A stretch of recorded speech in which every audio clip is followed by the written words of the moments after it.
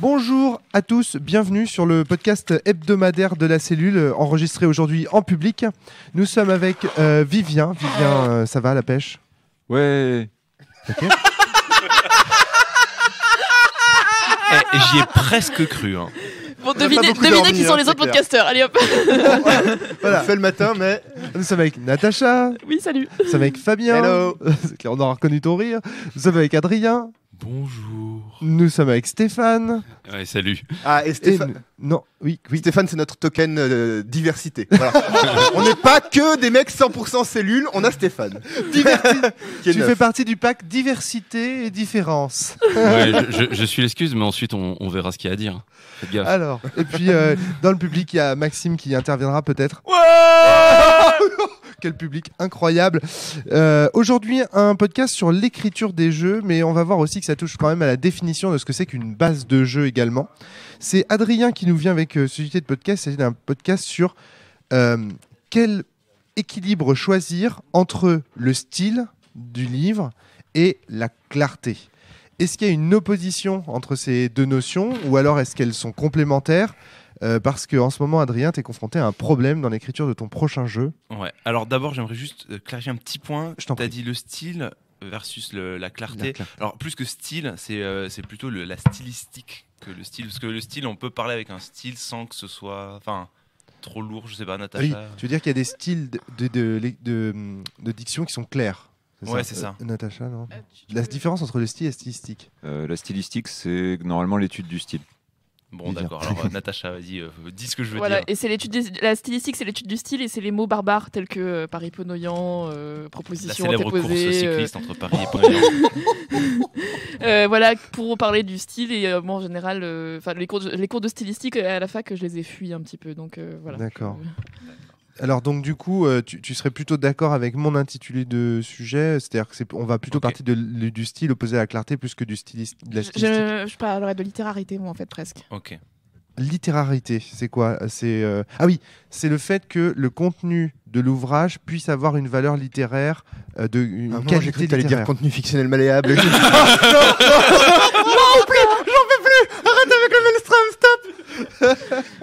Oui, et c'est le fait que aussi en fait, la forme et le fond soient en adéquation parfaite, et que quand tu étudies, quand tu cherches à l'étudier, quand tu cherches à comprendre comment l'auteur a composé, comment l'auteur a fait ressentir ce qu'il fait ressentir au lecteur, ça résiste, quoi.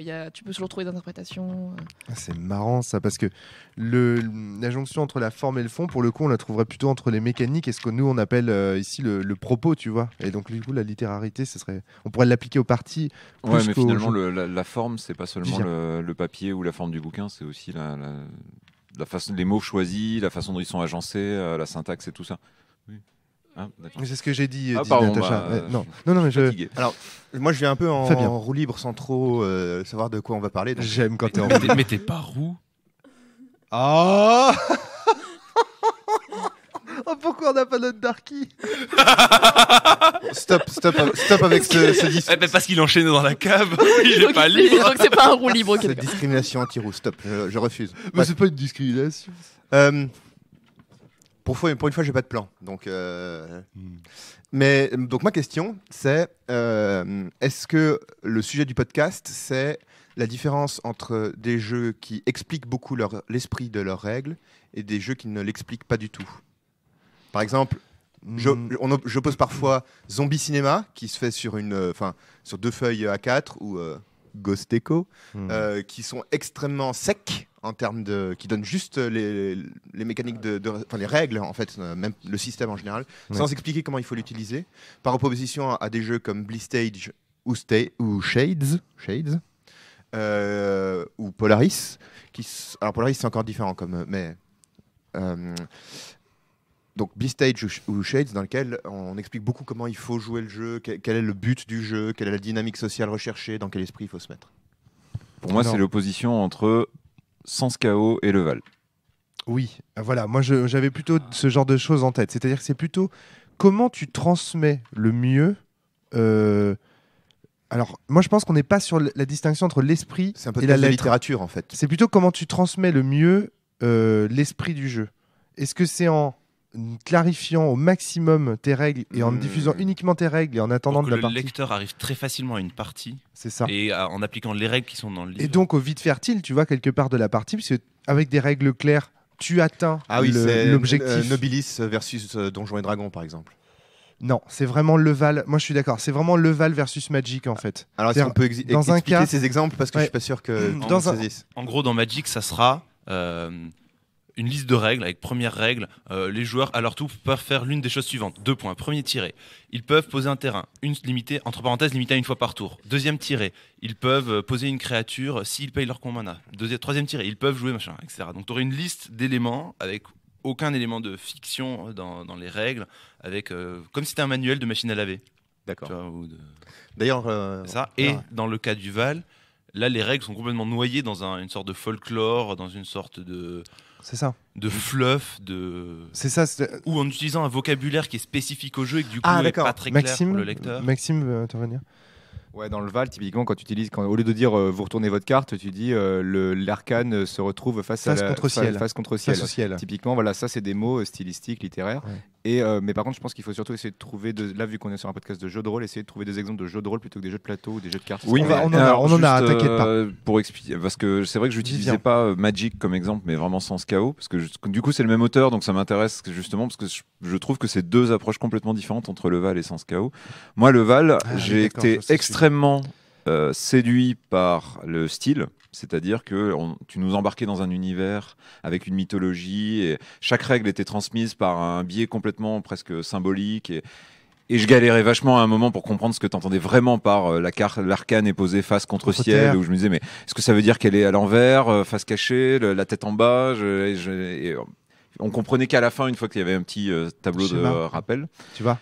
Et à l'inverse, je t'avais fait effectivement un petit reproche sur sens chaos, justement, alors que parce qu'il allait dans l'autre sens extrême, c'est-à-dire le côté, voilà, qu'est-ce qui se passe quand un joueur affronte un autre joueur? Qu'est-ce qui se passe quand un joueur est en conflit avec son personnage? Qu'est-ce qui se passe quand deux personnages sont en conflit? Qu'est-ce qui se passe, etc. Avec des titres bien carrés, éventuellement, et un langage qui se veut, mais vraiment le plus clair possible, le moins de zones d'ombre possible également, etc. Au point finalement que j'en sentais presque un étouffement de trop. Et Ouais, je tu me disais, disais, j'ai peux presque deviner, à faire un texte de philo. Quoi. ouais, c'est ça. Je veux Et des épuiser règles. le sujet et être voilà la définition la moins critiquable possible. Fabien puis Stéphane. Stéphane peut-être d'abord. Ça t'avait demandé la parole. Pour essayer de prendre un exemple dans le champ des jeux de rôle, j'aurais envie de citer Pirate, qui est un jeu qui, il me semble, est entièrement présenté à la première personne, comme si un mousse découvrait la vie de pirate. Pirate Et- de Jeannot. Je me souviens plus du nom de l'auteur. Parce que Schlopoto. Oui, il me semble que c'est ça, absolument. Et en fait, là aussi, en fait, j'ai ressenti quelque chose un peu comme le Val, c'est-à-dire que à la lecture de ça, en fait, on est emmené dans quelque chose qui est très coloré, qui nous met dans cet univers-là et qui nous indique du coup, en fait, l'esprit de la règle est transporté en même temps que la règle. En même temps, c'est pas un bouquin de référence sur lequel on peut revenir facilement pour voir quel jet faire. C'est ça. Fabien. Alors moi, mais c'est pas. J'ai d'autres exemples en tête. On pourrait parler de Slay With Me aussi, par exemple. Alors, j'avais fait un petit peu de. Il y a Vivien qui attend. Oh, on va en parler de Ron Ron Edwards. On Edwards. va en parler, Fabien. Mais je voudrais faire un petit peu avancer la question. Donc, je m'étais un peu intéressé à des histoires de poétique parce que les questions de langage, c'est aussi un peu mon dada.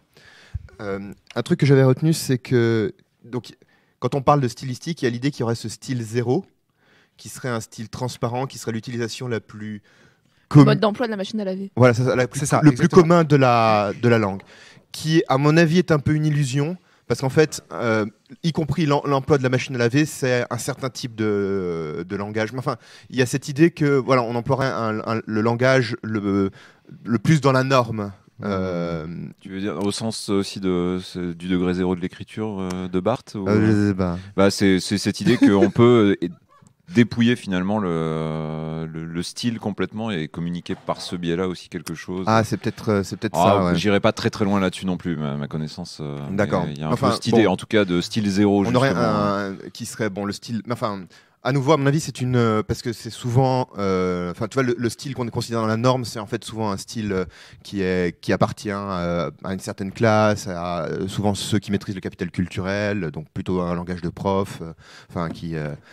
Peut-être. Vas-y, réagis, Natacha. Juste, Natacha, lève pour les yeux au ton ciel. histoire ça me fait penser éventuellement au style qu'on pourrait attribuer. Alors, je vais essayer de pas être trop méprisant envers ces jeux, mais ça me fait penser au style des jeux de rôle classiques, tu sais, qui décrivent un background et qui sont souvent écrits dans un même style qui est un peu littéraire, mais Alors, pas trop. Et J'aimerais Ouais. revenir à ça D'accord, ensuite. ouais. Mais Natacha, vas-y, réagis. Lève les yeux au ciel. Alors en fait, il faut que j'arrive à structurer ce que j'ai envie de dire et pas, enfin, donc ça va être un peu compliqué.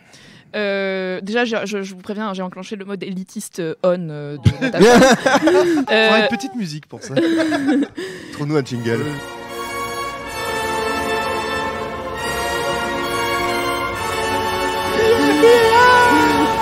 Pour moi, tu peux arriver à tirer quelque chose d'un bouquin écrit de façon littéraire et recherchée sans forcément tout comprendre, comment c'est fait. Enfin, je veux dire, je passe pas moi personnellement. Bon, je vais parler de roman. Je suis désolée, mais quand je lis un roman, je passe pas mon temps à relever à chaque fois toutes les figures de style.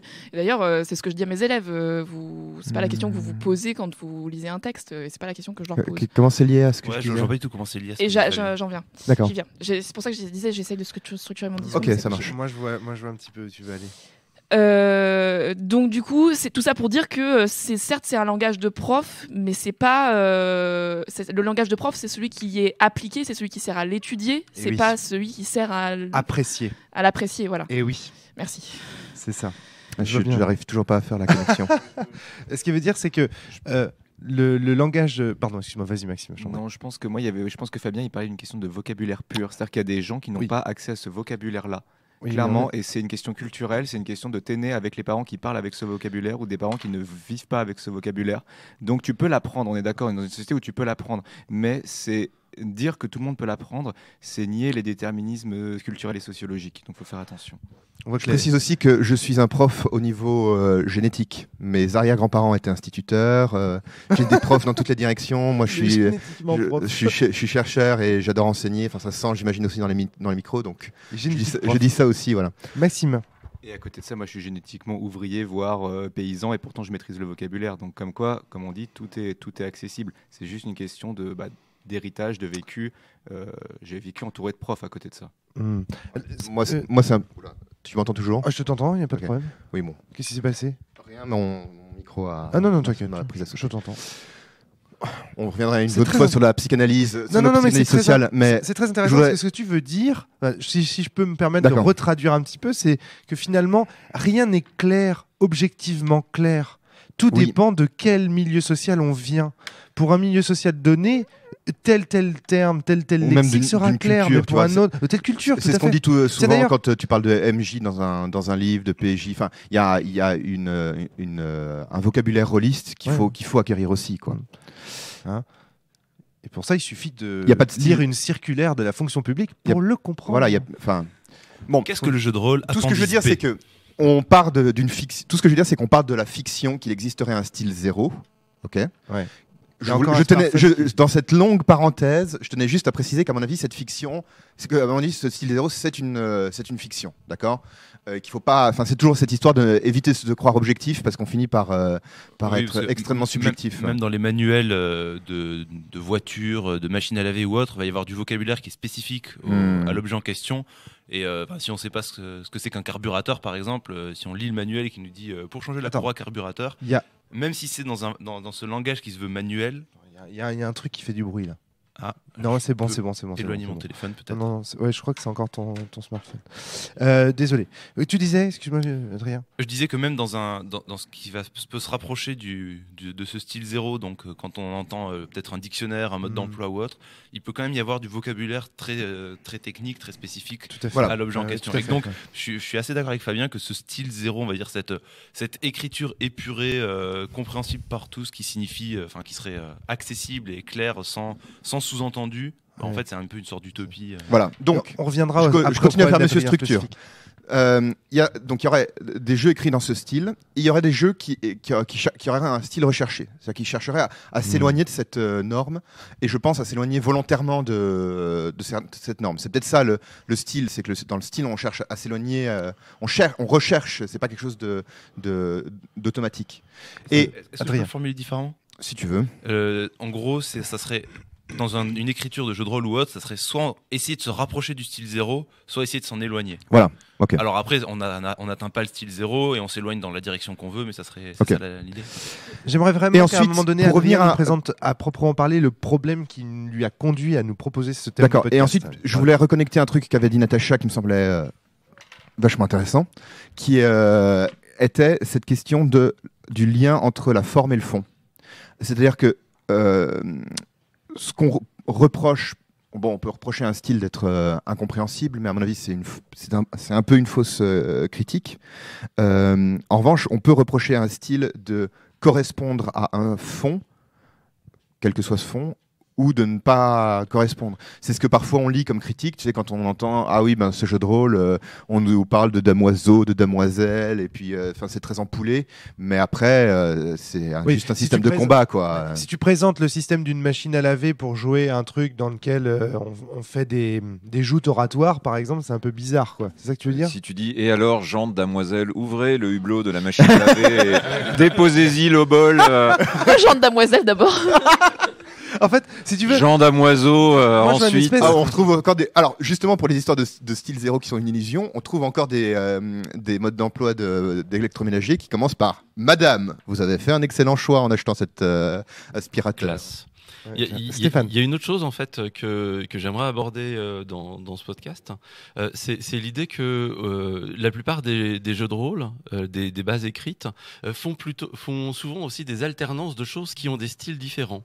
On peut y trouver quelque chose comme une note d'intention, on peut y trouver quelque chose comme une nouvelle d'introduction qui est là pour essayer d'amener la couleur. On peut y trouver des descriptions de background qui ressemblent souvent pas du tout aux descriptions de règles. Donc en fait, on dirait qu'il y a des auteurs qui, pour transmettre leur jeu, ont décidé de tronçonner en différentes façons.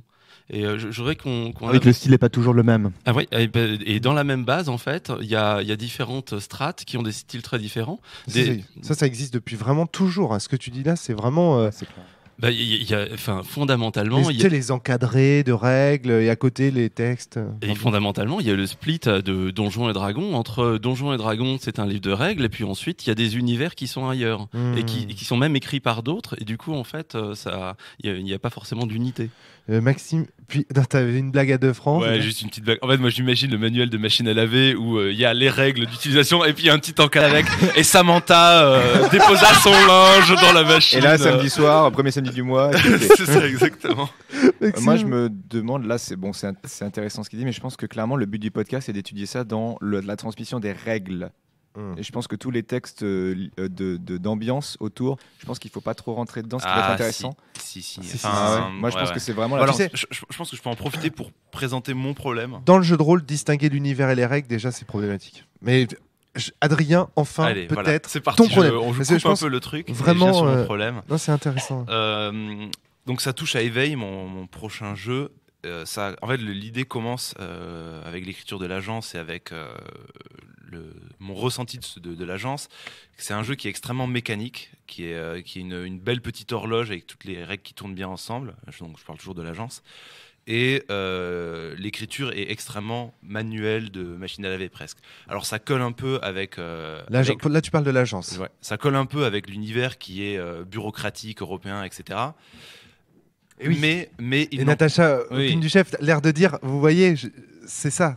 Oui, mais c'est ça. Et c'est ça. Alors, c'est pas. Enfin, je dirais pas. Voilà. C'est ce que j'appelle la littérarité, en fait. C'est oui, une mais forme en fait, de littérarité. Disons que c'est Ça colle à plus un l'univers. accident heureux. C'est-à-dire que pour écrire des règles claires, ça se fait bureaucratique, en fait. Donc ça passe bien dans l'agence. Je suis d'accord. Toi, en tant qu'auteur, tu te dis, tiens, j'ai du bol, je vais Oui, pouvoir mais faire... du coup, tu t'es posé la question. Mais j'ai pas fait une surenchère non plus en parlant de, je sais pas moi, de codicile, d'appendice, de machin, de. Pour créer un barbare, allez chercher la fiche rose B472. Le formulaire bleu. à 38. Mais je ne veux pas le fort. Si vous arrêtez de me couper un peu, Adrien, bordel je ne suis pas fou. bordel de, hein, voilà. Le podcast Et donc là, le quand j'ai commencé à travailler sur Éveil, j'avais envie de partir dans une autre direction et de ne pas aborder mon écriture en me disant il faut que j'ai des règles claires, mais il faut que le style d'écriture d'Éveil colle à ce que le jeu veut transmettre. D'accord. Et donc je me suis donné un défi stupide que je regrette un peu amèrement aujourd'hui, mais qui avance doucement. C'est d'écrire Éveil en vers. Donc en octasyllabes qui riment avec un vocabulaire, avec... Qu'est-ce qu'il y a ? Octosyllabe. L'abbé. Sens. Hein ? J'ai voulu faire un truc. Il fait des références à ridicule, je Voilà, crois. c'est ça. Et je me couvre Je te de. soutiens, ridicule. Fabien. Merci, allez, un petit high five ridicule, voilà. Et donc Éveil sera écrit envers et contre tout. C'est ça, D'ailleurs, exactement. Vraiment. Exactement. Et donc mon gros problème aujourd'hui, c'est que j'avance. Pour moi, c'est à peu près clair dans ma tête parce que je sais ce que je veux mettre dedans, donc j'arrive à y lire ce que j'ai envie d'y lire.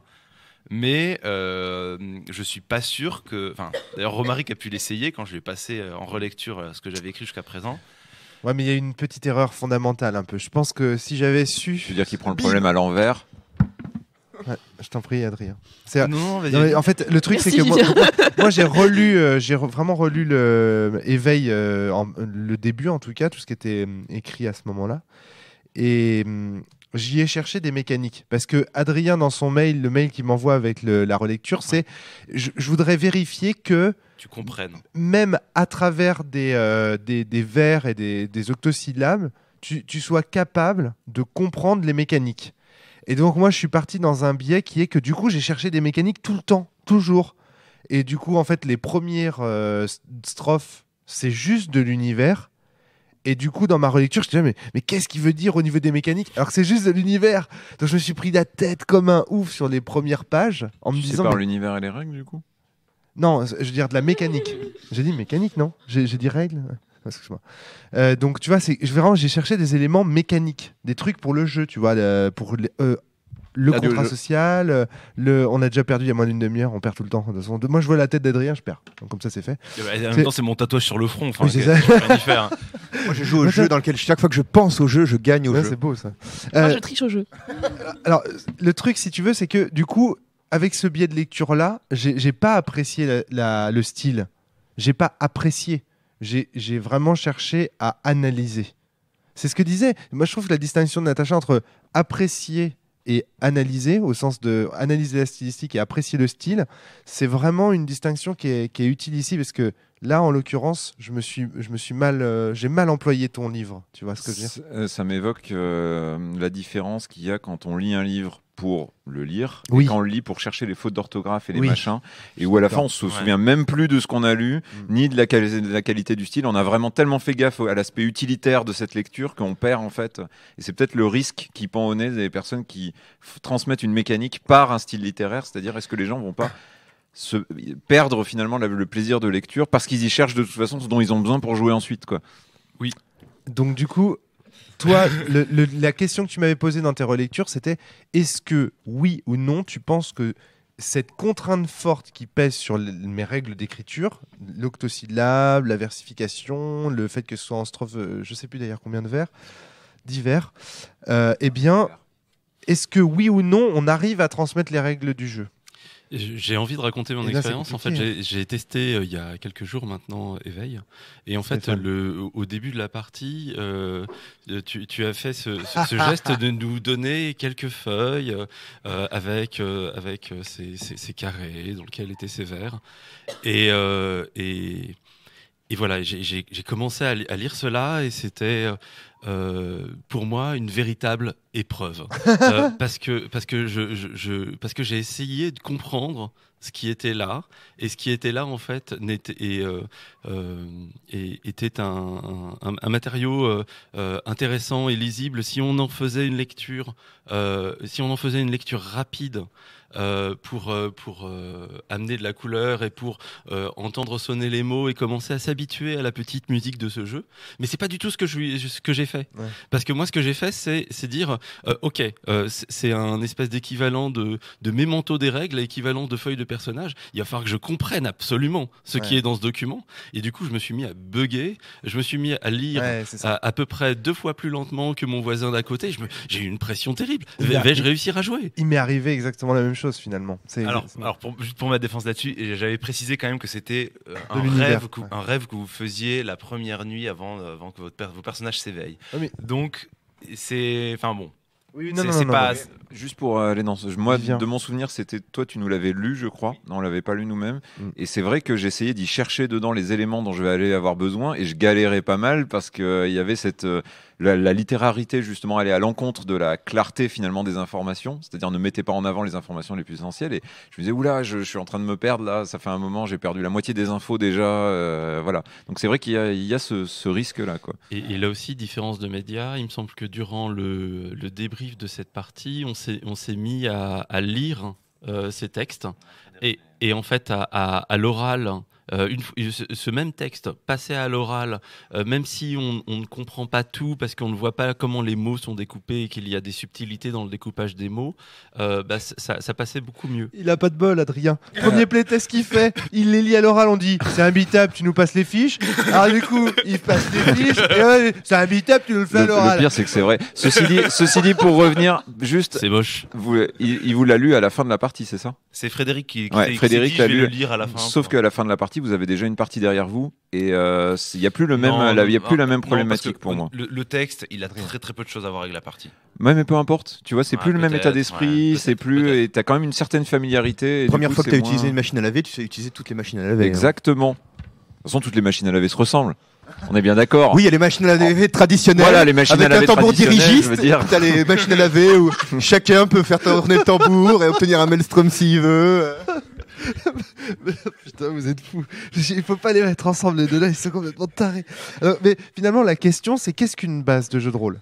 Quel est le rôle d'une base de jeu de rôle? Est-ce que ça doit être finalement un bel objet, un objet digne d'être apprécié du point de vue esthétique, du point de vue artistique? Ou alors, deuxième partie du curseur, est-ce que ça doit être uniquement un mode d'emploi destiné à transmettre du mieux qu'il peut des règles strictes à quelqu'un? Alors, je crois Et que là. on voit que c'est un... Pardon, Natacha, excuse-moi. Natacha, puis Adrien, en puis fait, Fabien. pour moi, je comprends pas pourquoi ça peut pas être les deux.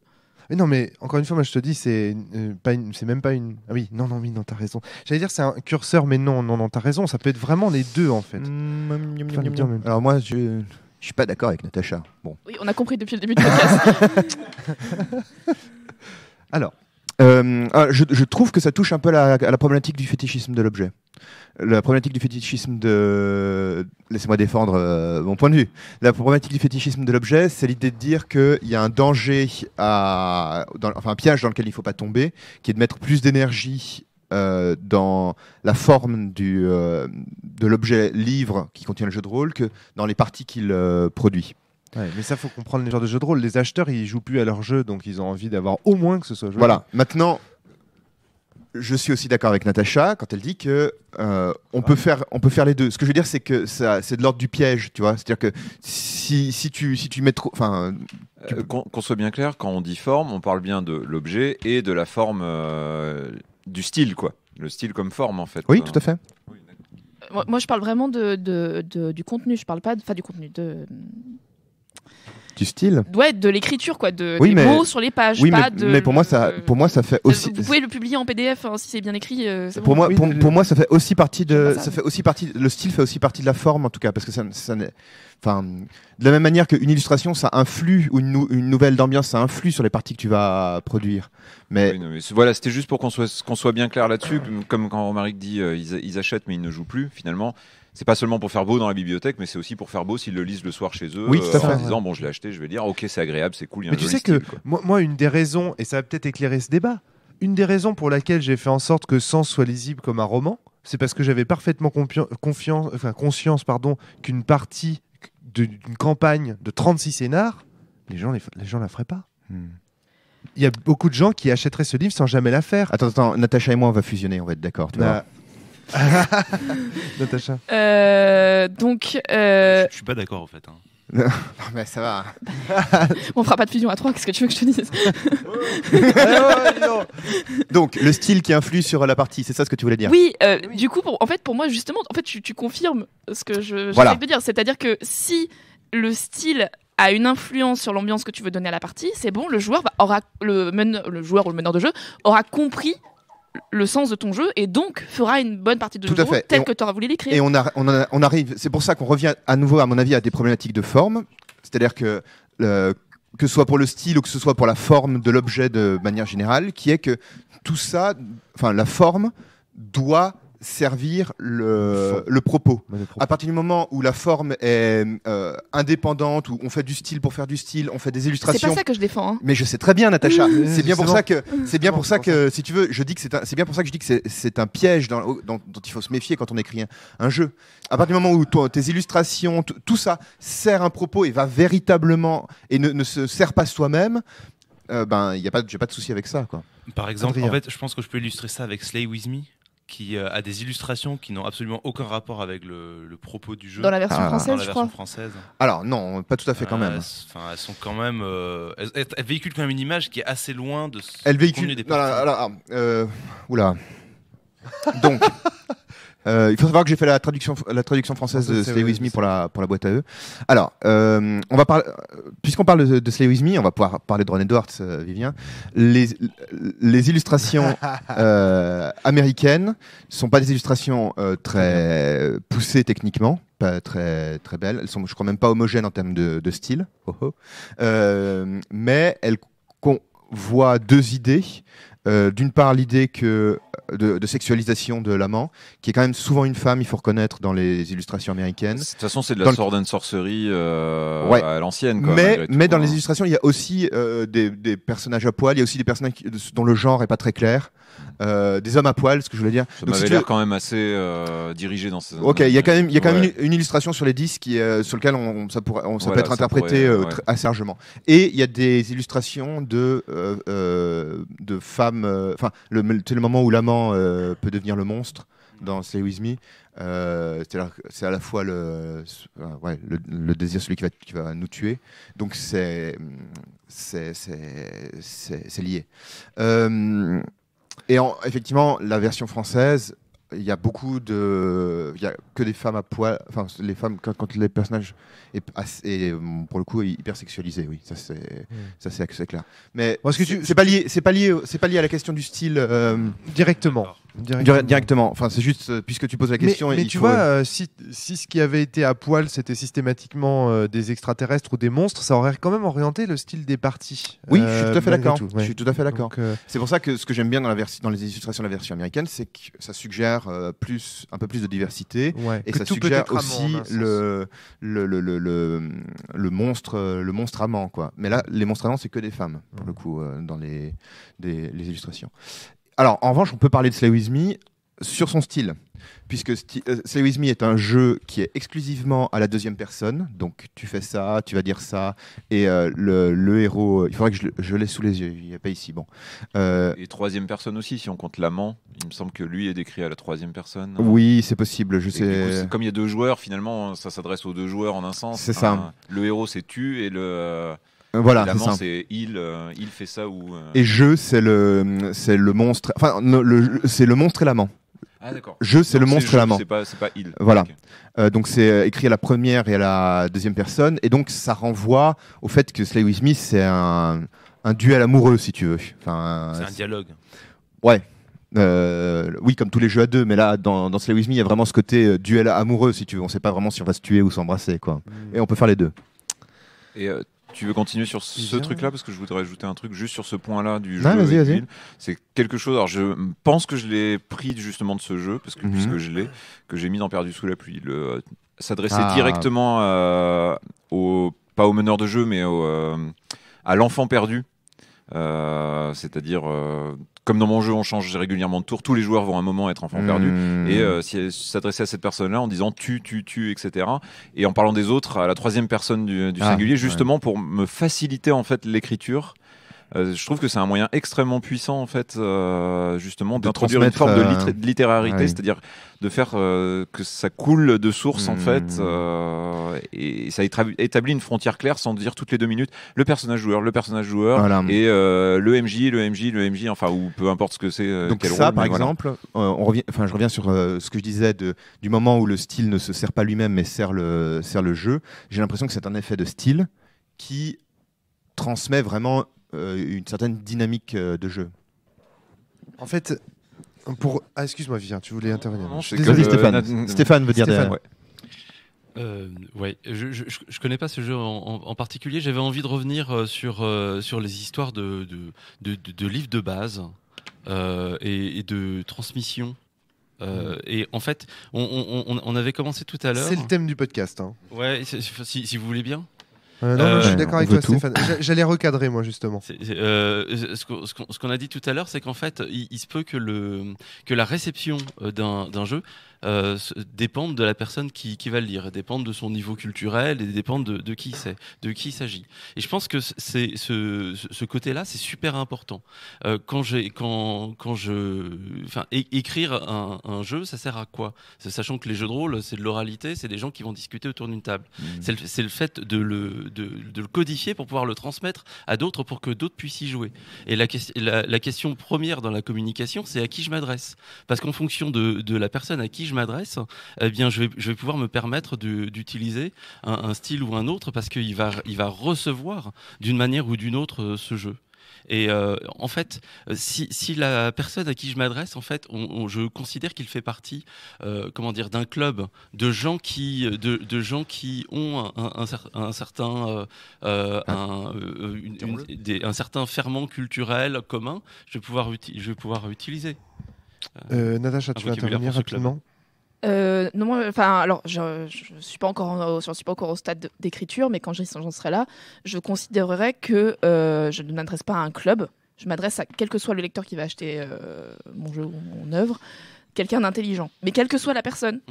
Et donc, en fait, pour moi, faire une adéquation entre le fond et la forme, même si ça rend un peu compliqué l'entrée dans l'œuvre, c'est considérer le lecteur comme intelligent. Eh oui, je n'ai pas peur de prendre mon lectorat pour. Au contraire, j'ai quelqu'un peur d'intelligent. de prendre mon lectorat pour un con. Bon, moi, j'ai quand même envie de dire qu'il existe des codes qu'il faut arriver à trouver et qui ne sont pas toujours accessibles. L'autre chose que je voulais ajouter, c'est que j'ai l'impression dans les discussions qu'on a quand on en parle en dehors du podcast, c'est que la peur aussi qu'il y a des auteurs, c'est que le lecteur ait l'impression de comprendre, mais qu'il comprenne autre chose Ah, ça c'est très que important. le propos que vous vouliez mettre en tant qu'auteur dans votre jeu et qu'il déforme le propos que vous vouliez mettre. On Et n'a j'ai pas peur l'impression que d'être incompris, mais on a peur d'être D'être mal compris compris. à tort. Enfin, un Ouais. contresens. On a peur du contresens, en fait. Exactement. Et sur cette histoire de club, en fait, j'ai un petit jeu qui s'appelle Explo Narrateur devant les yeux. Ouais. Et en fait, Explo Narrateur, c'est un jeu avec un micro-format qui pourrait s'adresser à du très grand public. Parce qu'il s'agit de construire des histoires. Et les mécanismes sont très simples. Sauf qu'en fait, quand on arrive aux premières pages, on arrive avec cet acronyme qui est MJ. Tiens, mais qu'est-ce que ça veut dire ? Et ça veut dire que ce document Explo Narrateur, c'est un livre de base qui va s'adresser à un club de gens qui sont déjà rôlistes. Et quelque part, en fait, on fait ici cette supposition. Et des suppositions, en fait, on en fait plein quand on écrit ces livres. Vivien. Romaric.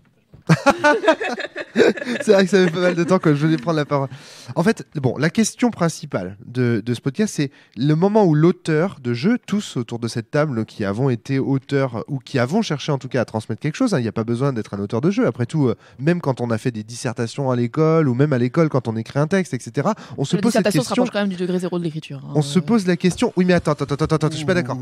Attends, il y aura du Ah, ok, débat. Je lâcherai ok, bord ok. après. Je lâcherai ça après. Ok, laissez-moi après le juste podcast. finir. Ce que je veux dire est assez complexe, donc j'ai vraiment besoin d'un petit espace là d'explication. On se dit, en fait, quand on est auteur, on se dit, ah ça, cette phrase-là, cette proposition-là, c'est beau, mais c'est moins clair. Et parfois, on se dit, ça serait plus clair si je l'exprimais de façon moins belle. Et ça, je veux dire, on a tous été confrontés. Enfin, moi, dans le Val, j'y étais confronté. Alors, Dans moi, le sens, j'y j'ai étais toujours confronté. cherché à écrire mes jeux avec le degré zéro de. Oui, mais je sais pourquoi ça tient à ta psychologie, qui est que toi, ce qui compte vraiment, c'est la transmission. Ouais. Et justement, c'est là-dessus que je veux revenir. Donc, vous voyez cette dichotomie entre c'est beau, mais c'est moins clair. Et l'autre, ce serait plus clair si, mais ce serait moins beau. Vous voyez ce que je veux dire? Je pense qu'il y a aussi une question Max. du risque. Et le risque, quand tu fais quelque chose de Bénéfice-risque. clair mais pas beau, voilà, tu as peu de risque. Dans le sens d'être le contresens, et il y a peu de chances qu'il arrive. Si, justement. Ah ouais, parce que quand tu fais un style beau, il y a des jeux, en fait, j'y ai joué, puis j'ai lu le bouquin, et en fait, quand je relis le bouquin, je me dis, mais attends, mais c'est pas du tout la partie qu'on a jouée. Alors, Fabien, moi, Fabien, tu passes pour un Fabien, démon de Merkel. s'il te plaît. Moi, j'ai un contre-exemple sur ce que tu dis. Adrien en fait. puis Fabien. Une des raisons pour laquelle je mets du style dans Éveil, c'est justement que suite à des parties de playtest, on m'avait dit attention, avec ton jeu, on peut jouer la manif pour tous. Mhm. Et mettre du style, ça oriente clairement dans une direction. Enfin, le style que je mets, ça oriente clairement dans une direction diamétralement opposée. Et donc pour moi, c'est justement un moyen aussi de déjouer cette interprétation-là. Le style intermédiaire. Moi, je voulais juste dire que Fabien. il y a un truc qui me semble vraiment important et qui me stresse aussi, et qui est aussi une des raisons pour lesquelles, quand j'écris des règles, je suis plutôt en style zéro, qui est que c'est possible de faire clair et pas beau, c'est possible de faire beau et clair, mais c'est aussi possible de faire ni clair ni beau. C'est-à-dire d'essayer d'avoir un style, et en fait tu te rends compte que t'es peut-être auteur de jeux de rôle, mais t'es pas auteur de romans. C'est totalement vrai. Et qu'en vrai. plus tu peux complètement embrouiller. J'en connais des jeux comme ça. Je hein. vais juste finir. Je vais d'abord passer la parole à Vivien, finir alors, ce tour de table. En fait, Et je voudrais finir.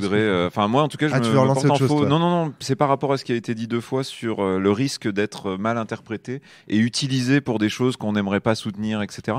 Je comprends que ça puisse vous poser problème, mais je pense qu'il faut à un moment ou à un autre lâcher des l'affaire. lestes. Les gens finiront toujours. Le principe du jeu de rôle, c'est de laisser des libertés aux gens, et si tu laisses des libertés aux gens, ils pourront se réapproprier ton truc C'est dans un sens excellent, horrible, C'est excellent parce que et c'est pas grave. ça fait une C'est tant pis, il y a des excellente transition vers ce que je cons voulais ou dire. des gens qui en pensent différemment. Ça après fait tout, c'est une excellente voilà. transition vers ce que je vais dire. Ouais. Et je pense Adrien. que c'est ce que j'ai en tête là aussi, c'est un élément que j'avais aussi avec l'agence, où à tout dire trop clairement, Ouais. on n'y joue que d'une façon.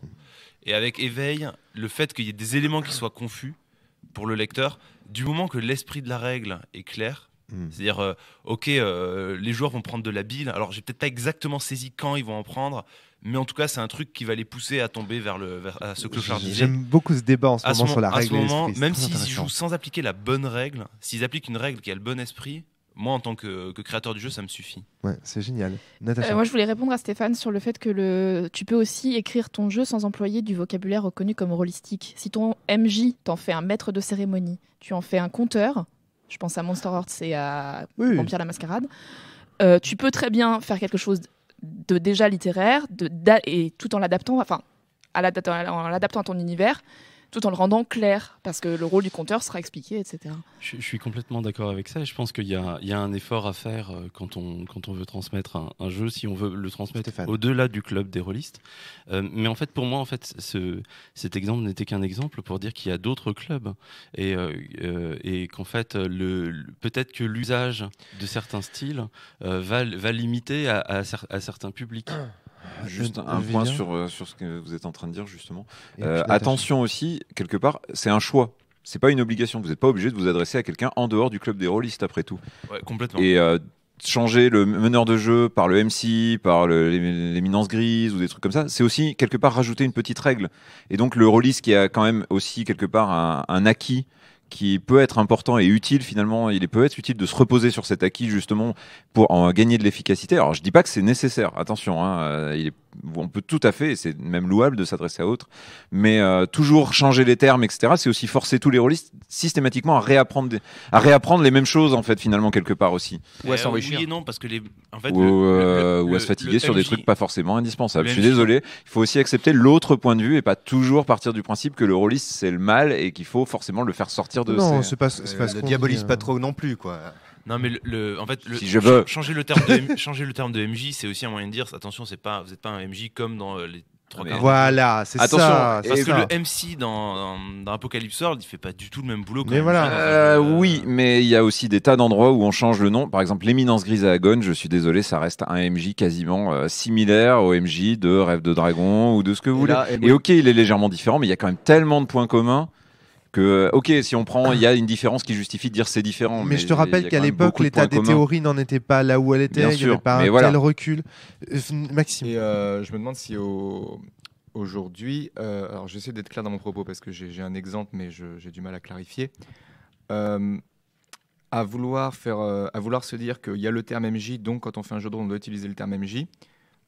Faut faire aussi attention parce que oui, le vocabulaire peut évoluer aussi naturellement. C'est-à-dire que on a une certaine couche de la population qui joue au jeu de rôle.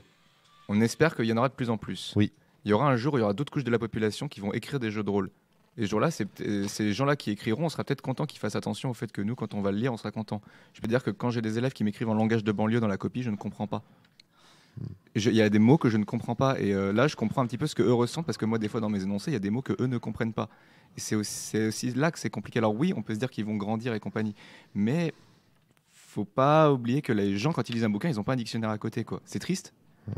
Mais je sais pas si ça a à voir avec ce dont on était parti, mais c'est un truc qui m'est venu, quoi. Moi, il me semblait que la critique de Stéphane, je donne la parole à Natacha puis à Stéphane à nouveau, c'est que dans Explorateur, il y a cet aspect, cet emballage de petits livres très accessibles, etc. Et que la contradiction surgit au moment où tu ouvres le truc et que tu vois qu'en fait, il est petit, mais il y a aussi du jargon. Et tu vois, il y a une forme de contradiction entre la forme et le fond, enfin, entre L'emballage entre l'emballage et le. Ça explique que quasiment tous les jeux redéfinissent ce que c'est MJ, parce que dans le doute, tous les auteurs, je pense, ils ont l'ambition que même des gens qui connaissent pas le jeu puissent le découvrir avec ce jeu. C'était Quoi. pas tellement entre la forme et le fond, mais plutôt entre le public à qui ça s'adresse et la forme finalement. Oui, je me suis surpris, effectivement, tu as raison, Vivien. Natacha. Moi, je me demande jusqu'à quel point ce public, ce club dont on parle depuis tout à l'heure, se forme pas tout seul en fait. C'est pas l'auteur qui va le former, c'est dans le sens où Je pourrais vraiment finir mon explication, c'est exactement vous aider dans le le sens où si par exemple j'ouvre un manuel de jeu de rôle et que ça va me parler de je sais pas de zombies, tiens voilà, Ouais. je vais le refermer tout de suite parce que ça m'intéresse Je pas suis en d'accord. fait. Ouais. C'est ce qui s'est passé avec Et, Sens. Ce qui passait est complètement ce qui s'est passé avec Sens. Je me suis contenté de faire ce qui me plaisait et j'ai rencontré les gens qui pensaient des choses similaires à moi et qui ont plus tard formé leur propre club. Et je suis désolé Stéphane, je vais finir mon truc. J'en ai vraiment pour 15 secondes pour dire qu'en fait, à chaque fois qu'on se pose la question c'est beau mais c'est moins clair, ou alors c'est clair mais c'est moins beau, en fait on oublie de rajouter que de toute façon, quand on est devant notre livre, le c'est clair, tu devrais rajouter pour moi, et le c'est beau, tu devrais rajouter pour moi. Et quand ça devient c'est beau mais c'est moins clair pour moi, ou alors c'est clair pour moi mais c'est moins beau pour moi, quand on commence à changer les termes par ce qu'ils doivent être, on s'aperçoit que de toute façon, la clarté comme la beauté, c'est un élément subjectif. Donc à ce moment-là, moi mon conseil, Adrien, c'est ne te pose pas cette question-là, dis-toi juste ce que tu veux. Arrête d'imaginer comment tes lecteurs vont recevoir le truc. C'est-à-dire, arrête. Non, mais je sais que ça paraît hardi. Mais arrête, fais ce que toi, tu penses être clair, fais ce que toi, tu penses être beau. Et de cette manière-là, quand on se pose pas, et ensuite, je promis, je vous passe la parole, quand on ne se pose pas la question de la réception et qu'on se contente de faire ce qu'on aime, c'est là qu'on réussit à créer le club dont parlait Natacha et à transmettre vraiment ce qu'on voulait transmettre. Il faut arrêter de faire des compromis au nom de la clarté, d'une clarté qui n'existe pas, d'une clarté illusoire qu'on se met dans la tête, de toute façon, on ne sera jamais clair pour tous. Donc ça ne sert à rien de viser mais je pense qu'il y a des gens auxquels tu fais confiance, les relecteurs. Mais ça, c'est autre chose. Et quand tu confies ton jeu à tes relecteurs, et si tous ils te disent qu'ils comprennent rien à ce que tu as voulu dire. Voilà. C'est pour ça que j'ai bien dit au moment de l'écriture. Adrien arrive avec une question, une problématique d'écriture. Il nous a dit ça va être un podcast sur l'écriture. Moi, je réponds écriture. Maintenant, parlons relecture. Une fois que tu as fait ce qui te plaisait, tu transmets à tes relecteurs. Et là, tu vois en maison d'édition, à des relecteurs ou en que maison tu connais pas. d'édition, à des relecteurs que tu connais pas, etc., etc. Et là, tu vois la réception. Moi, j'ai eu des relecteurs que je connaissais pas. Mais parce que n'anticipe. tu dis, hey, relisez-moi mon jeu. Puis il y a des gens qui vont dire, hey, moi Mais je n'anticipez connais pas la relecture avant qu'elle ait lieu. Faites d'abord, en tant qu'écrivain, ce qui vous plaît. Et ensuite, laissez les relecteurs avoir leur mot à dire. Donc, soyez prêts à vous prendre des tapes dans la gueule, quoi. Voilà, je voulais juste dire ça. Et donc, dans la question que choisir, premièrement, ce qui me plaît le plus.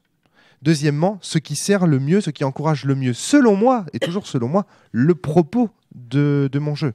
Et est-ce que parfois une règle claire mais moins belle vaut mieux pour encourager toute la beauté du bouquin derrière, etc. Et là c'est là qu'il y a l'habilité aussi de l'auteur à faire les bons jugements au bon moment. Et ça c'est très important. Mais le point de vue, à mon avis, écriture, voilà, c'est vraiment ça. C'est n'oubliez pas que quand vous dites c'est beau mais c'est moins clair, quand vous dites c'est moins clair, mais moins clair pour qui ? Vous n'avez pas encore eu de relecteur, donc arrêtez de vous projeter dans... Parce que en fait, vous dites c'est moins clair pour moi. Et donc si c'est moins clair pour vous... Et ça rejoint un petit peu aussi ce que tu disais, Fabien, tout à l'heure. Quand tu disais ça peut être à la fois beau et clair. Tu vois, ça veut dire là quand c'est je disais surtout ça peut être à la fois moche et moche et pas clair. C'est ça ce que je disais.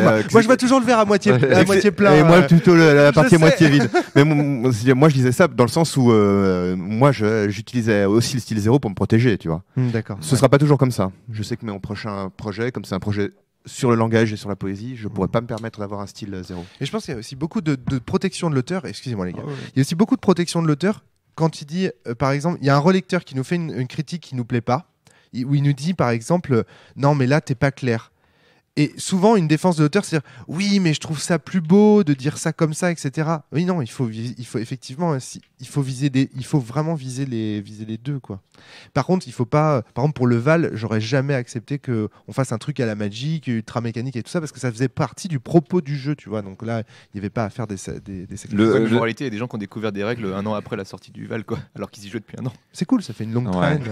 Ça remplit les caisses régulièrement. C'est la queue de la constellation. Non, alors en fait, par découvrir des règles, il n'entendait pas des gens qui l'ont acheté un an plus tard. Il entendait des gens qui, l'ayant acheté un an plus tôt, découvrent les règles un an plus tard. Non, mais ça, c'est des conneries. Non, Pierre et moi, il y avait des règles qu'on a appris quand vous en avez fait des podcasts. Ah oui, mais vous découvrez des règles, vous découvrez pas les règles. Mais des règles qui changent tout le jeu, quoi, quand même. Donc, c'est ça. Est-ce que un truc que je trouvais intéressant dans ce que... Alors ça rebondit peut-être un peu sur ce que tu disais, mais je repensais surtout à ce que Fabien disait à propos du fétichisme de l'objet, à propos du style. Ce qui est rarement appliqué. D'habitude, quand on parle fétichisme de l'objet, on parle essentiellement de l'objet, le collector, le machin, les dés bonus et tout ça. Et ça soulève l'idée que, en fait, du coup, l'œuvre en elle-même, c'est la partie. Mais oui. C'est les parties, l'ensemble des parties produites par le jeu, et pas le jeu lui-même. Oui, c'est ça. Ça, c'est le cœur de mon argument quand je parle de fétichisme. Et du coup, ça met en avant quelque part, le rôle du style serait avant tout de favoriser la bonne partie. Oui, c'est ça. Absolument. Les bonnes parties, pardon. C'est encore exactement une fois, ce qu'on disait avec. C'est le point de contact avec Natacha.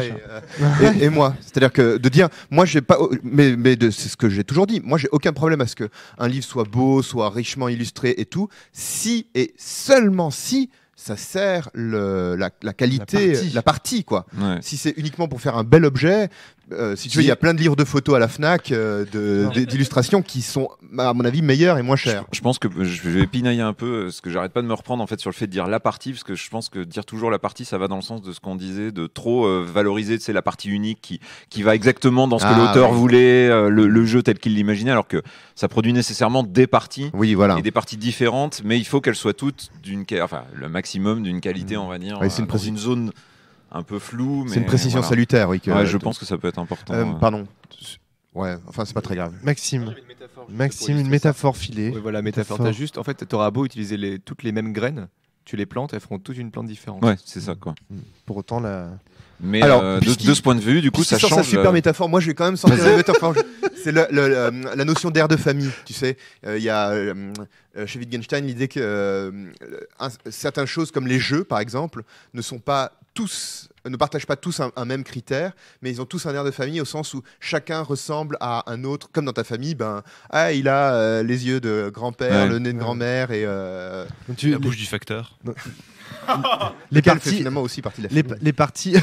Les parties vont avoir un air de famille, quoi. Et donc le tout, c'est de garantir que cet air de famille-là, ce soit bien l'air de famille que l'auteur a voulu transmettre. Que ce soit tous les filles et fils du même jeu, quoi, en quelque sorte, parce que plus ou moins. Ouais. Voilà. Là, vu que j'ai l'impression qu'il y a un petit point d'accord, ok. J'aimerais passer sur un autre élément que Stéphane avait évoqué il y a fort longtemps dans ce podcast, et donc qui, moi, est un élément que j'envisage. Il parlait de tronçonner le style du livre et d'avoir des encadrés, des règles, des exemples, des machins. Moi, pour la rédaction d'éveil, ce que j'imagine, c'est que pour apporter de la clarté, ce sont des exemples qui accompagneront le texte. Et effectivement, là, je risque de ne pas les faire en vers. Alors, il y aura sans doute un style d'écriture qui permettra de quand même rester cohérent avec le reste du livre. Mais là, du coup, je me suis posé la question de oui, mais est-ce que c'est pas trahir un petit peu tout ce que je fais Du coup, les gens, ils se contenteront peut-être de regarder tes exemples de parties et ils liront pas les vers, quoi. Moi, je me suis posé une question assez similaire en fait Et inversement. pour Libreté. Alors du coup, je vais un peu dans l'écriture, ce qui m'embête, ce que je voulais le dévoiler un peu aussi, c'est que il y a un narrateur en quelque sorte dans le jeu qui est complètement dans son trip, qui est et qui peut aller peut-être plus loin que ce que la morale parfois pourrait accepter. Et du coup, je me suis créé un deuxième narrateur que j'appelle l'éditeur en fait, et qui vient faire des encadrés et dire bon bah voilà, l'auteur, je l'ai laissé dire ce qu'il voulait exactement, mais voilà, ici je voudrais apporter une précision. Si votre jeu, si vous voulez que votre jeu soit clair, vous mettez des safe words et tout ça, installez ça. L'auteur y a pas pensé et voilà. C'est marrant parce que moi en fait j'ai aussi ça dans Éveil, sauf que c'est pour la partie dédiée aux joueurs et la partie dédiée au maître de jeu. Et donc la multiplicité des narrateurs, ça permet d'expliquer ce changement de ton un peu brutal sans tuer en fait. J'arrive pas encore à trouver ce narrateur cohérent pour les exemples. Ça me fait vraiment j'ai l'impression d'avoir la tête qui explose là. Je m'étais jamais posé la question de qui parlait dans mes livres. Alors que ça fait des années que je suis à côté de Romaric qui dit tout le temps c'est ça ce qui parle. Mais dans tes livres, c'est toi, Fabien. Ça, on le sent. Hein, mais ouais, je sais. Et en fait, c'est ton zéro en fait. C'est ça, mais c'est mon zéro. Voilà. Non, mais il a parfaitement raison. C'est mon style zéro. Et en fait, je me rends compte. Entre le jeu de l'auteur et le jeu du narrateur, il y a toujours un écart. Hein. Si. Et vraiment, je me rends compte, je me suis jamais posé la question. C'est qui parle mais même dans les règles, qui dit les règles dans le jeu, tu vois. J'ai l'impression d'avoir ouvert les yeux, quoi. J'ai l'impression d'avoir été aveugle parce que, en plus, en ayant Romaric qui a eu longtemps cette position de c'est Sens qui écrit. Enfin, il suffit de relire Ombre Mais Monde. j'ai toujours cette position. Romaric Sens m'habite, oui. Ça parle de position après. Enfin, voilà. Non, mais si on réfléchit à la question du style, on a parlé un peu du public zéro, quoi, des gens à qui tout le monde est zéro là. À force que tout le monde soit zéro, plus personne ne le sera là. Alors, je ne sais pas du tout. D'accord. J'ai en tête un autre exemple en fait de bouquins de jeux de rôle sur lequel il y a différents styles et différents narrateurs entremêlés. C'est les sourcebooks de Shadowrun. Les sourcebooks de Shadowrun sont écrits dans un style encyclopédique parce que c'est un espèce de Wikipédia de l'univers de Shadowrun qui est dumpé dans le livre. Et en fait, c'est une mauvaise idée. Ça. À chaque paragraphe, il y a les commentaires. Mais non, c'est parce que je viens de faire la même chose dans Sens Cosmos. Oui, je sais bien. En plus, c'est une mauvaise idée. Sens Cosmos, sauf que c'est pas complètement Cosmos parce qu'à chaque paragraphe, en fait, il y a les commentaires des hackers qui participent à ça et qui du coup disent qui remettent en doute la version officielle, qui se contredisent les uns les autres, qui lancent des rumeurs. Il y a ça aussi dans les bouquins de Star Wars. Ouais, mais les nouveaux bouquins de Star Wars sur la Force et tout ça. Tu vois les commentaires de Luke, de Yoda, de Darth Vader. Je pensais c'était les Dresden Files, le jeu de rôle qui était adapté des romans des dossiers Dresden et tu as en fait une bande de geeks qui va voir le personnage fictif qui est Harry Dresden, qui est une espèce de détective de l'étrange. Bande de geeks qui sont introduits dans le roman. Et qui sont dans les romans en plus Maxime parce que ça, l'auteur a fait jouer, a dû faire du jeu de rôle et il lui propose il lui dit on va faire un jeu de rôle sur tes aventures, c'est trop cool.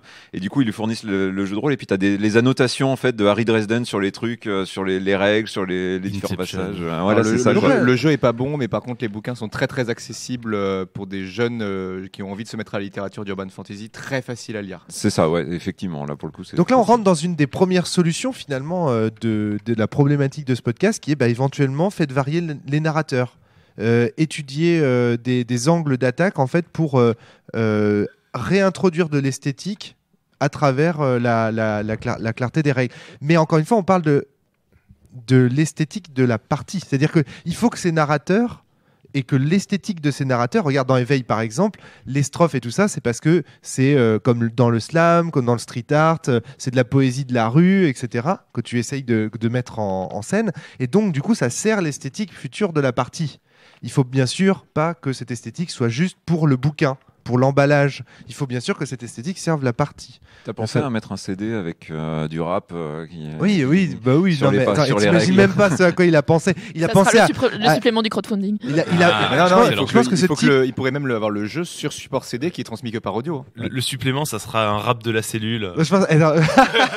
Ce sera les paliers du crowdfunding. Je pense que le truc, c'est que même s'il avait pu transmettre son jeu en faisant juste un tag à Paris, il l'aurait fait, tu vois. Enfin, non, mais j'exagère à peine. Mais moi je déconne pas quand je parle de transmettre le jeu par audio sur un CD, c'est le genre de conneries auquel on a pensé avec Morgane quand on Bien réfléchit sûr. à des jeux, il y a des tas de tu formats sais qui que nous viennent en tête. C'est une des raisons pour lesquelles, moi, depuis le départ, je parle toujours de base de jeu de rôle. Parce que je n'aime pas l'idée du livre de règles. Parce que pour moi, c'est la base d'un jeu de rôle n'est pas nécessairement un livre. Alors, ça peut être effectivement de l'audio, des cartes postales, nous montre Stéphane, puisqu'il a les petits choses oubliées entre les mains.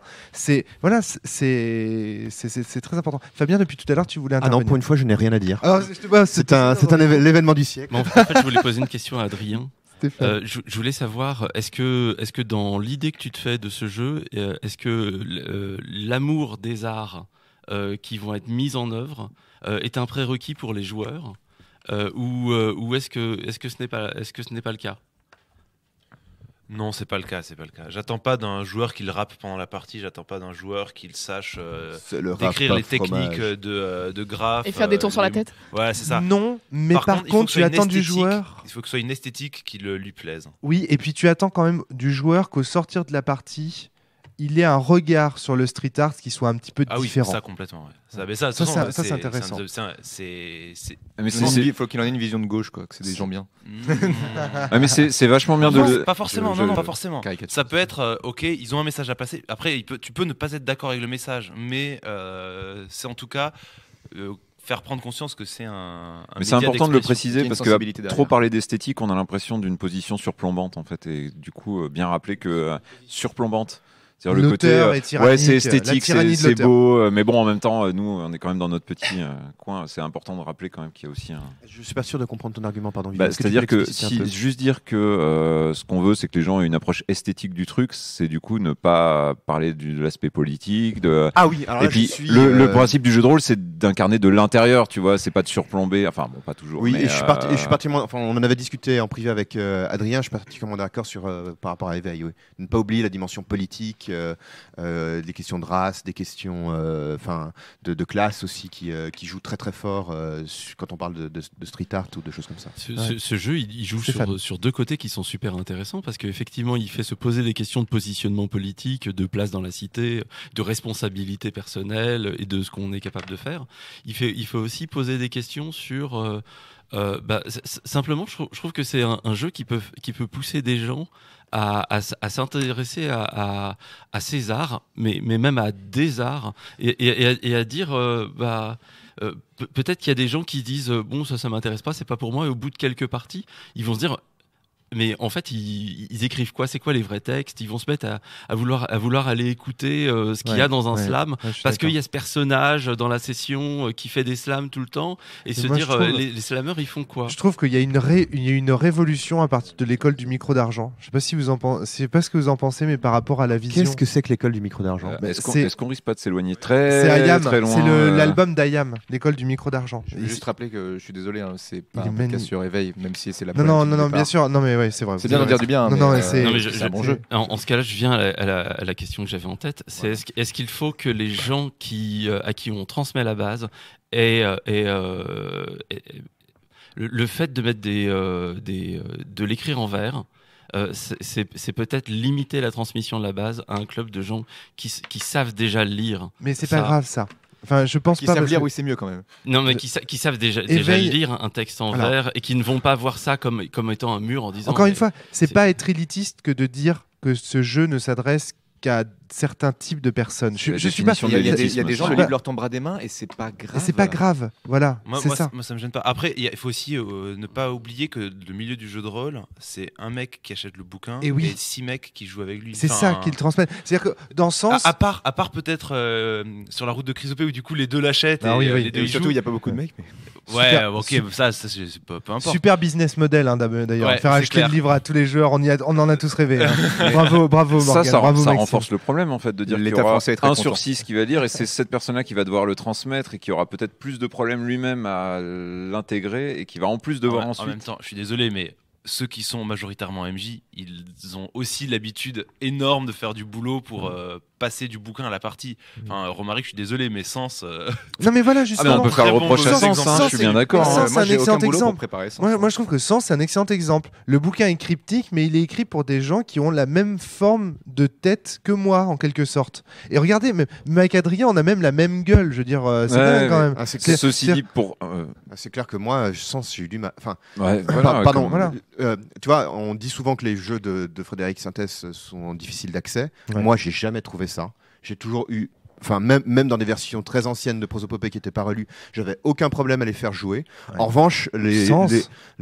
Sens, la première. En fait, je suis allé te rencontrer parce que je me disais, ah, ce jeu a l'air cool, mais je comprends rien et je n'arriverai pas à le faire jouer. Ouais, et donc tu vois, c'est intéressant. Et, voilà, donc, j'ai exclu Fabien de Sens. Et par moi, exemple. quand je licence, j'en ai pour au moins 20 minutes après chaque chapitre à me dire mais putain, il me donne pas les billes pour faire jouer, il va falloir que je bosse Ouais. pendant 15 Il va ans. falloir et- que je reparcours Et toutes ça les peut- preuves, prendre les notes de Et quelles ça- sont les opinions de chaque PNJ Je vais important devoir pour arriver faire à les jouer. discuter de de Et pour PNJ moi, entre ça ne eux, pose enfin, pas de voilà. problème. Pour moi, ça ne pose pas de problème parce qu'il suffit qu'il y ait 10 bonhommes qui aient parfaitement bien compris le jeu, des gens comme Maxime, comme Morgane, comme Adrien, en Qui gros les ensuite gens le qui participent à réexpliquent, podcast, qui ensuite le réexpliquent et fassent Moi, si animer. un jour il y a un mec C'est parti. qui, dans les ateliers imaginaires, écrit les règles façon mode d'emploi d'éveil, bah tant mieux. Je veux dire, ça facilitera la propagation derrière, mais Bon, Il je vaut peux mieux- comprendre, je peux comprendre que ce soit un choix, mais je ne dirais pas que ça pose. C'est pas un choix. Non, c'est pas Alors, un choix. je vais dire que balayer si rapidement que ça puisse pas poser problème. Non, j'ai choisi je de pourrais- faire je ce suis qui d'accord me avec Fabien, là. plaisait. J'ai choisi de faire ce qui me plaisait avant de. Je m'en fous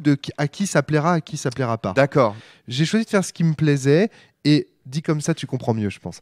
J'ai choisi de faire ce qui me plaisait et advienne que pourra. Je Mais- préfère avoir 10 personnes convaincues Mais que tu peux 100 comprendre personnes que ça- atteintes, mais que personne ne lise ou Mais tu ne- peux comprendre que ça puisse poser problème. Voilà, pour c'est certaines ça. personnes. Faut juste intégrer l'idée que ça puisse être Voilà. vu comme un problème, peu importe après. Oui, mais moi, ça me pose pas de problème. que D'où ça- ce qu'on disait tout à l'heure, écrivez comme ça vous plaît. Mais oui. C'est Et- le choix qu'on laisse. Bon, moi je fais le pari que ma démarche est gagnante. Bon, moi, Parce qu'à terme, c'est pardon. comme ça que tu transmets le mieux tes idées, je ton reviens, jeu, je tes reviens un jeux, peu sur les etc. mêmes. Enfin, moi, justement, j'essaye de transmettre comme ce que. Enfin, dans tous les jeux jusqu'à maintenant, ce sera pas le cas à l'avenir, mais dans mes jeux jusqu'à maintenant, j'essaie effectivement de transmettre. Il y a quelqu'un une fois qui m'avait dit, mais comment une œuvre peut-elle être révolutionnaire si elle n'est pas accessible à tout le monde? Non, mais c'est Attends, c'est non, bullshit, Rome, ça. Rome. Mais qu'est-ce que l'accessibilité Rome, il faut. Non, attends. Rome, il faut que tu écoutes ce que la personne te dit. Elle ne termine pas cette possibilité. Elle montre juste que ça peut poser problème. Et je trouve qu'il y a un débat. Non. Je dis pas que le débat est tranché. Je Non, dis il n'y a, pas pas- qu'il est- y a pas de débat pour moi. Alors, je vais t'expliquer pourquoi. Parce que quand tu dis une œuvre doit être accessible à tout le monde, à la Je n'ai sortie... pas dit qu'elle devait être à la accessible à tout le sortie monde. de- J'ai dit comment une œuvre peut-elle être À la- révolutionnaire si elle n'est pas accessible Oui, à tout le oui, monde. tout à fait. Mais à la sortie de la critique de la raison pure, il y avait à peu près 10 pélos dans le monde qui pouvaient le lire. Aujourd'hui, la critique de la raison pure est accessible à tous dans le monde.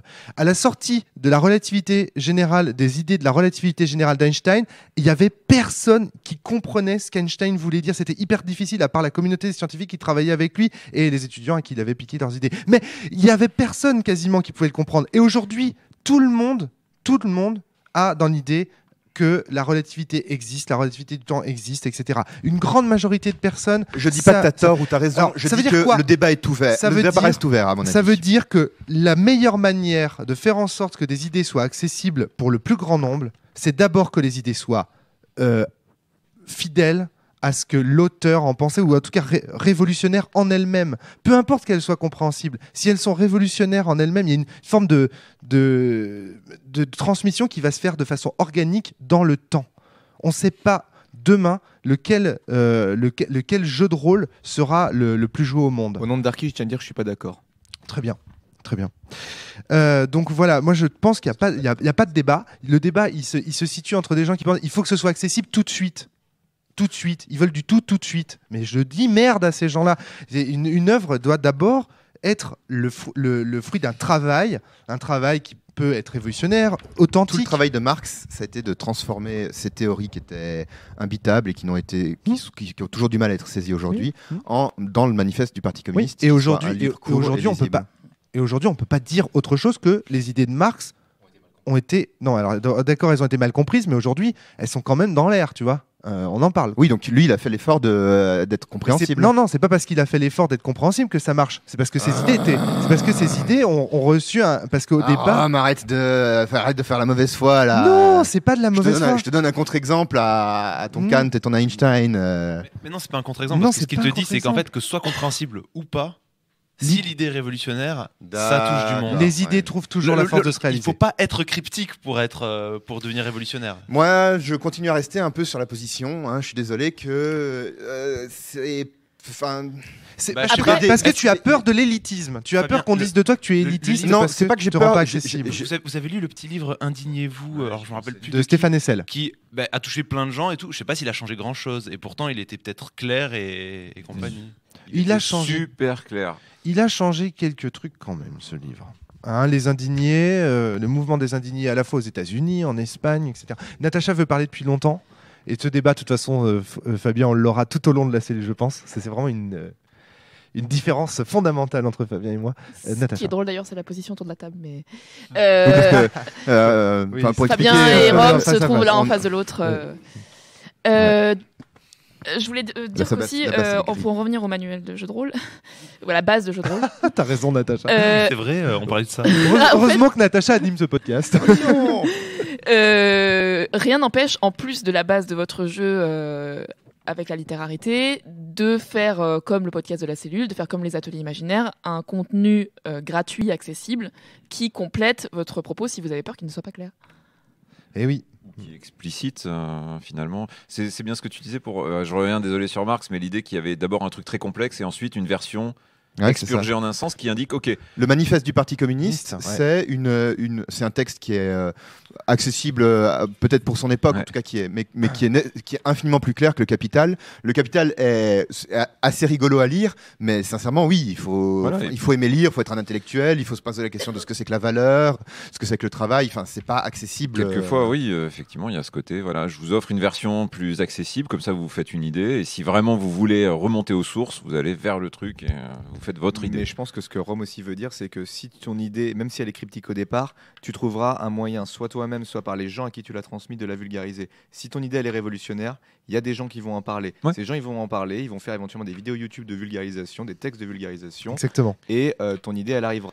Que tu aies fait l'effort de le rendre trop public dès le début, ça peut avoir tué l'idée, ça peut la tuer dans l'œuf, et là c'est là que vous n'êtes pas d'accord à mon avis. Je préfère. Il y a quand même une petite, en termes de raisonnement, il y a quand même un défaut qui est qu'il y a peut-être 1 milliard d'œuvres cryptiques, mais dont on n'a pas entendu parler, et qui, tu vois, ont disparu dans l'histoire justement parce qu'elles étaient cryptiques. Tu vois ce que je veux dire? Donc c'est juste pour pour établir la réflexion logique. C'est juste que c'est-à-dire qu'en fait l'argument de Romac ne peut pas être contré parce qu'on ne connaît pas des éventuelles idées révolutionnaires qui justement ne seraient pas arrivées jusqu'à nous. Mais aucun de mes arguments ne peut être contré. C'est ma marque de fabrique. Et pas mal de théories du complot aujourd'hui sont basées sur des tentatives foirées justement par exemple le protocole des sages de Sion ou des choses comme ça. Qui est une monstruosité. Ah bah oui, bien sûr, mais c'était Va jusqu'au bout de ton argument. C'était l'idée de créer des trucs cryptiques pour influencer la société. Alors ça l'a fait, mais ils ont réussi du coup en un sens parce que nous on parle vraiment de trucs dont personne ne parle, même pour les. Aujourd'hui, ça reste un truc qui est quand même un peu. Le nombre de gamins qui connaissent ça d'un petit peu plus loin, moi ça me fait froid dans le dos. D'accord, pour moi c'est vraiment encore. Ils reprennent des termes quoi. Moi qui m'intéresse un petit peu aux questions de. C'est encore un des livres les plus vendus dans certains pays du monde. Le protocole des sages de Sion. Sérieux ? Ah oui, notamment dans les pays arabes.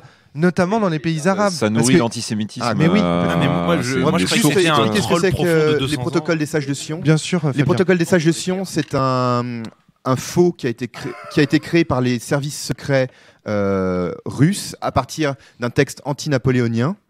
Alors, si tout ça vous intéresse, il y a plein de bouquins là-dessus. Ouais, Il y a un livre de bouquin, Umberto Eco qui s'appelle Le cimetière de Prague, dans lequel il s'amuse à expliquer comment les protocoles des sages de Sion ont été inventés. Umberto Eco, je pourrais faire un podcast sur Umberto Eco. Natacha like, apparemment.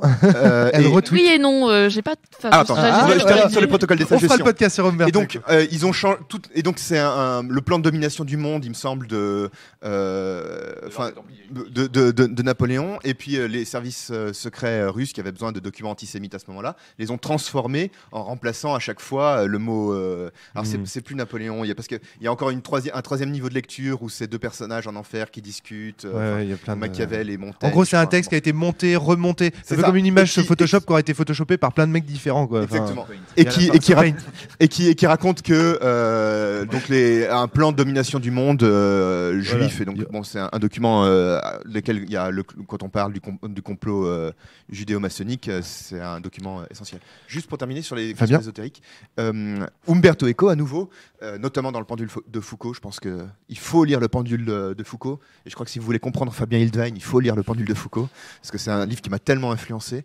Il parle à un moment des Rose-Croix, qui sont un texte qui est apparu, il me semble, vers la Renaissance, dans lequel il y a des gens qui ont dit oui, nous sommes une fraternité de Rose-Croix et nous sommes là pour aider l'humanité. N'hésitez pas à nous envoyer vos projets pour faire avancer l'humanité et nous vous contacterons. Donc il y a cette espèce de mystère qui s'est créé à un moment dans l'histoire où tout le monde se disait mais merde, c'est qui ces Rose-Croix, c'est qui cette... Et en fait, ça a déclenché énormément en Europe de réactions, j'ai l'impression, plutôt positives, parfois paranoïaques, puisque à la Rose-Croix aussi, on s'imagine qui domine le monde, mais pour justement proposer des projets de langage universel, des projets de paix universelle, qui ont stimulé à une époque les réflexions. C'est un peu étrange et un peu bizarre dans la tête, mais Très bien. c'est marrant. Enfin, Plus rien à voir avec le style dans le jeu de rôle. pour Plus rien. conclure un petit peu ce podcast, même si évidemment ce podcast, comme beaucoup de podcasts de débat de la cellule, s'appelle Reviens. Vivien, tu voulais ajouter un petit truc avant que je Non, conclue c'est justement sur la conclusion, je voulais voir si on avait bien fait le tour, parce que j'avais noté donc pour le style qu'il y avait l'idée de faciliter la lecture, Ouais. déjà, que ce soit juste un peu plus agréable pour celui qui peut-être ne fera pas jouer le jeu et peut-être ne l'a acheté que pour le lire.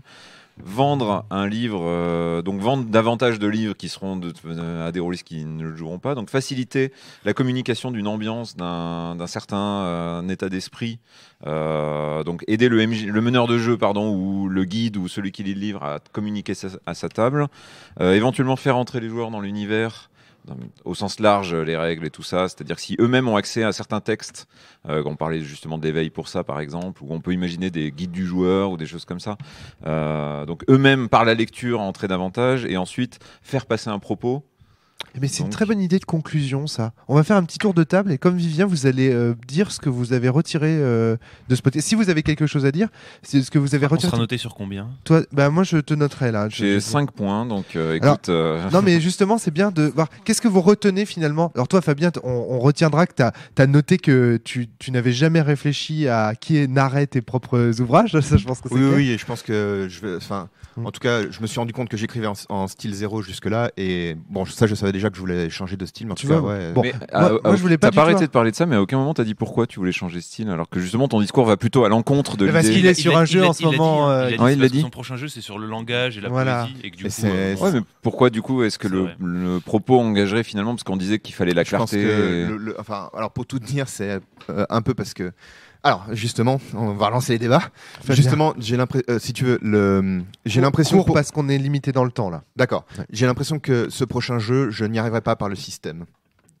Ce qui est quand même une révolution dans ma tête, puisque pour moi, a priori, tout était possible via le système.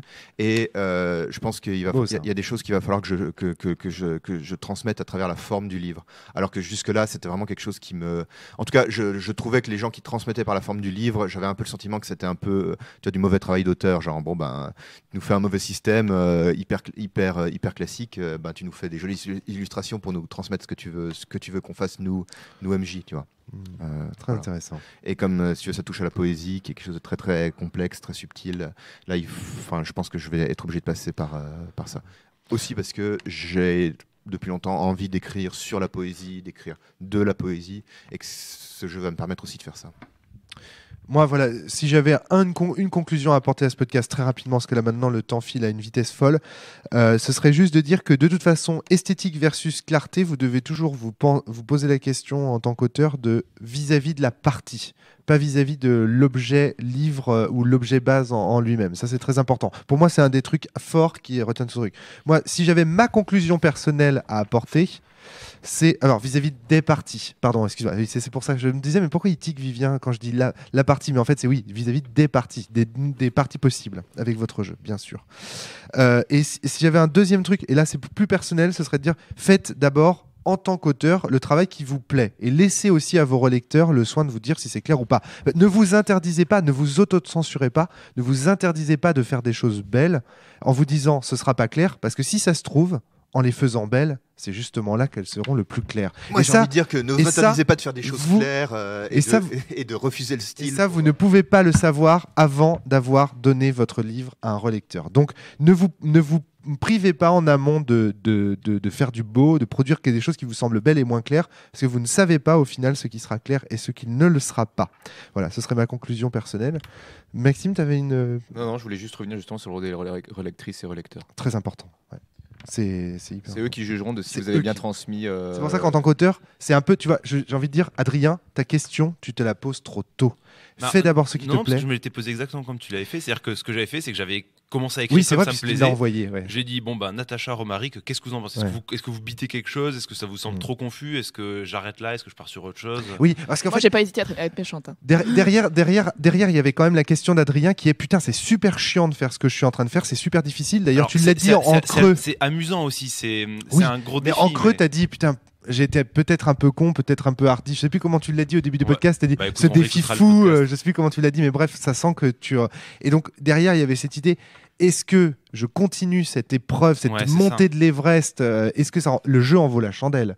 Et du coup, tu as fait appel à des premiers relecteurs pour savoir est-ce que là, c'est déjà, vous pensez que ça vaut le coup? Parce que si c'est pour se taper il y a un millier d'octosyllabes pour au final arriver avec un relecteur qui dit c'est imbitable, faut tout reprendre, comme ça m'est arrivé sur Sens Néant. Il y a aussi, comme le dit Fabien, c'est-à-dire que je peux aussi avoir le truc du moi j'ai l'impression que c'est cool et que c'est un peu clair, mais si pour vous c'est pas cool et pas clair, voilà, c'est ça. C'est ça. Ouais, donc tu voulais en avoir la certitude avant même, et ça peut se comprendre. Je l'ai toujours pas, faudra que tu relises un petit peu plus. Oui, tout à fait. À cause d'une incompréhension. C'est ça. Et moi, l'autre élément que je retiens, c'est donc j'avais déjà en tête l'aspect des narrateurs pour aborder des éléments de règles.